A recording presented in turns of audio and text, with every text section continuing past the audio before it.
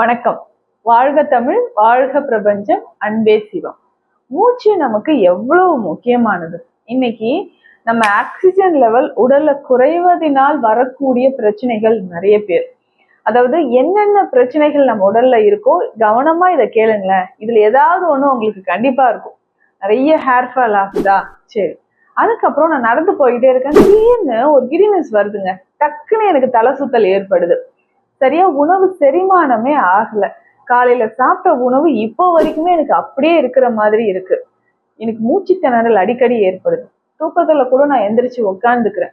So இந்த மாதிரி பிரச்சனையோ இல்ல லைட்டா நான் ஏதாவது ஒரு டஸ்ட் பட்டா கூட தும்மல் வந்துகிட்டே இருக்கு. தலைவலி அடிக்கடி ஏற்படுது. ஸோ இந்த கம்ப்ளைண்ட்ஸ் உங்களுக்கு இருந்துச்சுன்னா உடலில் ஆக்சிஜன் லெவல் நமக்கு குறைவாக இருக்கலாம். பிராண சக்தி, இந்த பிராண சக்தி அப்படின்னு சொல்றதுதான் நம்ம உடல்ல ரொம்ப ரொம்ப முக்கியமானது. இந்த பிராண சக்தி, பிராண வாயு நமக்கு குறையும் பொழுது உடல்ல நான் சொன்ன இந்த லிஸ்ட்ல எல்லாமே நமக்கு வர ஆரம்பிச்சிடும். இதுக்கு என்ன பண்ணலாம்? ரொம்ப சிம்பிள், வெரி வெரி சிம்பிள். ஈஸியா நமக்கு ஃப்ரீயா கிடைக்கக்கூடிய ஆக்சிஜனை நம்ம நல்லா இன்ஹேல் பண்ணணும். முடிஞ்ச அளவு ஃப்ரீயா இப்ப கிடைக்கும் போதே நல்லா இன்ஹேல் பண்ணிக்கோங்க. சொல்ல முடியாது, இன்னும் கொஞ்ச நாள்ல இது எல்லாமே நம்ம பே பண்ணி தான் ஆக்சிஜனே வாங்குற மாதிரி இருக்கும். அது வரைக்கும் நம்ம நல்ல சுதந்திரமா நீங்க சுவாசிக்கலாமே. ஆக்சிஜன் லெவல் நம்ம உடல்ல இருக்கும் போது குறையும் போது என்ன ஆகுதுன்னா நமக்கு மூளை சம்பந்தப்பட்ட பிரச்சனைகள் வரும். பிரெயின் நிறைய பேர் சொல்லுவாங்க, எனக்கு அடிக்கடி டென்ஷன் ஆகுது, மறதி அதிகமா இருக்கு, ஒரு வேலை செஞ்சுக்கிட்டே இருக்கேன், எங்க போறேன்னு தெரியல, டக்குன்னு மறந்து போய் நிக்கிறேன். இந்த மாதிரி எல்லாம் பிரச்சனை இருக்கும். அதுக்குதான் நம்ம உடலை இந்த பிராணன் ரொம்ப முக்கியம் அப்படின்னு சொல்றோம். காலையில எழுந்திரிச்சு ஒரு 10 to 15 நிமிடங்கள் இந்த பிராணாயாமம் அப்படின்னு சொல்லக்கூடிய பயிற்சி, மூச்சு பயிற்சியை நம்ம செய்யணும். பிராணன் அப்படின்னா உயிர் காற்று, யாமம் அப்படின்னா அதை நெறிப்படுத்துதல், ஒழுங்குபடுத்துதல் அப்படின்னு அர்த்தம். இது முக்கியமான ஒரு காயகற்ப முறை சித்தர்கள் நமக்கு சொல்லியிருக்காங்க. ஸோ நம்ம ரெகுலரா நீங்க என்ன வேணா ஃபுட் எடுங்க, என்ன எக்ஸசைஸ் பண்ணுங்க, ஜாகிங் போறேன், ஜிம்முக்கு போறேன், டயட் இதெல்லாம் நான் ஃபாலோ பண்றேன், ஓகே. ஆனா ஆக்சிஜன் லெவல் நம்ம உடல்ல கரெக்டா இல்லைன்னா எதுவுமே யூஸ்லெஸ் தான். ஸோ அப்போ நம்ம என்ன பண்ணணும்? நல்லா பிரீத் பண்ணணும். டீப் பிரீத் பண்ணாவே நம்ம உடல்ல பாதி நோய் நமக்கு குறைய ஆரம்பிச்சிடும். ஸோ இதனால்தான் இந்த கொரோனா தொற்று காலங்கள்லாம் பார்த்துருப்பீங்க, இந்த ஆக்சிஜன் சேச்சுரேஷன் லெவல் குறைவாக இருக்கிறவங்க எளிமையாக ஈஸியா தாக்கப்பட்டாங்க அப்படின்னு நீங்க கேள்விப்பட்டிருப்பீங்க. ஸோ அப்போ ஆக்சிஜன் லெவல் நம்ம உடல்ல இருக்க ஆர்பிசி செல்ஸ் என்ன பண்ணும்? ஆக்டிவா எல்லா ஆர்கனுக்குமே போய் மெட்டபாலிசம் நமக்கு கரெக்டா நடக்கும்.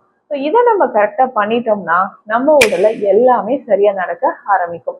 ஸோ நல்லா டீப் பிரீத் பண்ணணும். எல்லாருமே இப்போ ஷாலோ பிரீத் தான் பண்ணிட்டு இருக்கோம். ஸோ ஆழ்ந்த மூச்சு அப்படின்னு சொல்றது ரொம்ப ரொம்ப இம்பார்ட்டன்ட். நல்லா டீப்பா இன்ஹேல் பண்ணிட்டே வந்தோம்னா உடல்ல பாதி பிரச்சனை நமக்கு குறைய ஆரம்பிக்கும்.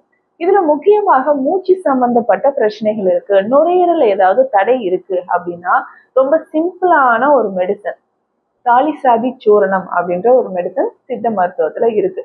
அதை நம்ம ஃபாலோ பண்ணாவே போதும், நுரையீரல் சம்பந்தப்பட்ட பல பிரச்சனைகள் நமக்கு குணமாக ஆரம்பிக்குது.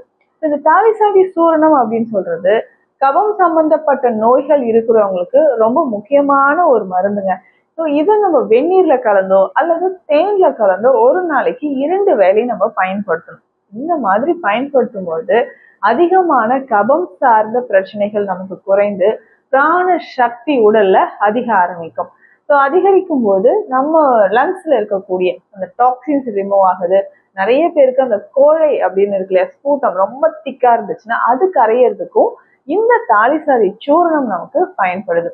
அடிக்கடி நம்ம வெந்நீர் குடிக்கிறது, வெந்நீர்ல கொஞ்சம் மஞ்சள் சேர்த்து குடிக்கிறது, மிளகு பொடி சேர்த்து குடிப்பது, இரவு நேரத்துல அதிகமா நமக்கு மூச்சு திணறல் ஏற்படுதுன்னா தூங்குவதற்கு முன்னாடி பால்ல கொஞ்சம் மிளகு பொடியோ மஞ்சள் பொடியோ சேர்த்து குடிக்கிறது.